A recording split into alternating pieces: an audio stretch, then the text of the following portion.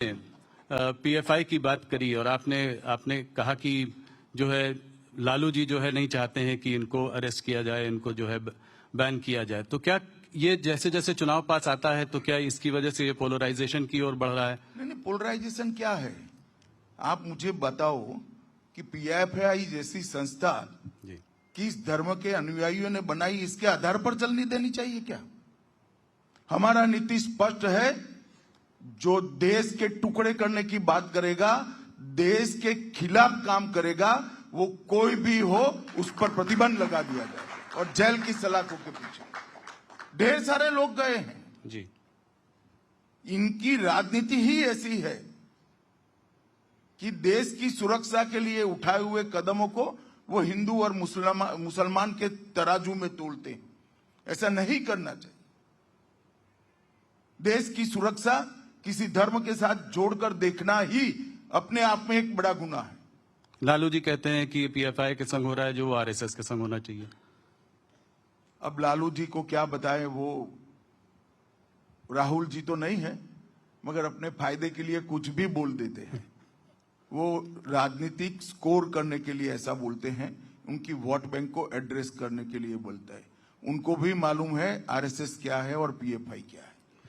अमित जी, इस बार लड़ाई ट्रायंगुलर लगती है क्या? एक नई पार्टी भी आई है, जनसुराज पार्टी, प्रशांत किशोर जी आए हैं। भैया क्या है, एक पार्टी इस देश में 1550 पार्टियां हैं, इसमें सबसे ज्यादा बिहार में। तो अब ट्रायंगल का तो 1000 एंगल है। जी जी जी। तो आप प्रशांत किशोर की पार्टी को कैसे देखते हैं इस चुनाव में?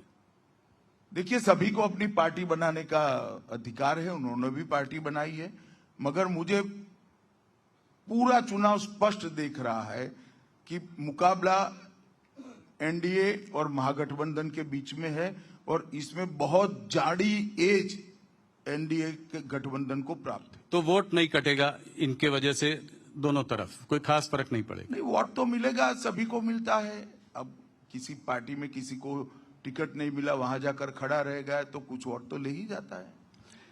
एक चीज और तेजस्वी जी ने शुरू की है, वो कहते हैं विक्ट्री बिहार में, फैक्ट्री गुजरात में। प्रशांत किशोर भी कह रहे हैं कि जो है बुलेट ट्रेन गुजरात में चलती है, पैसेंजर ट्रेन जो है बिहार में चलती है।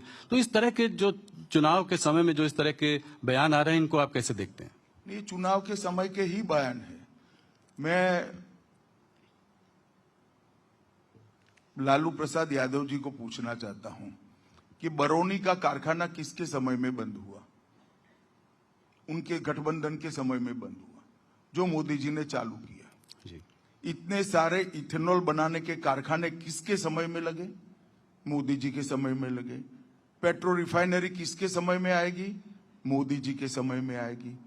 पीएम मित्र पार्क, जिसके अंदर हजारों करोड़ का इन्वेस्टमेंट होगा, टेक्सटाइल पार्क बना, वो किसके समय में बना? मोदी जी के समय में बना। और ये सारा बिहार का इंडस्ट्रियलाइजेशन जो बंद हुआ, वो किसके समय में बंद हुआ? लालू जी के समय में बंद हुआ।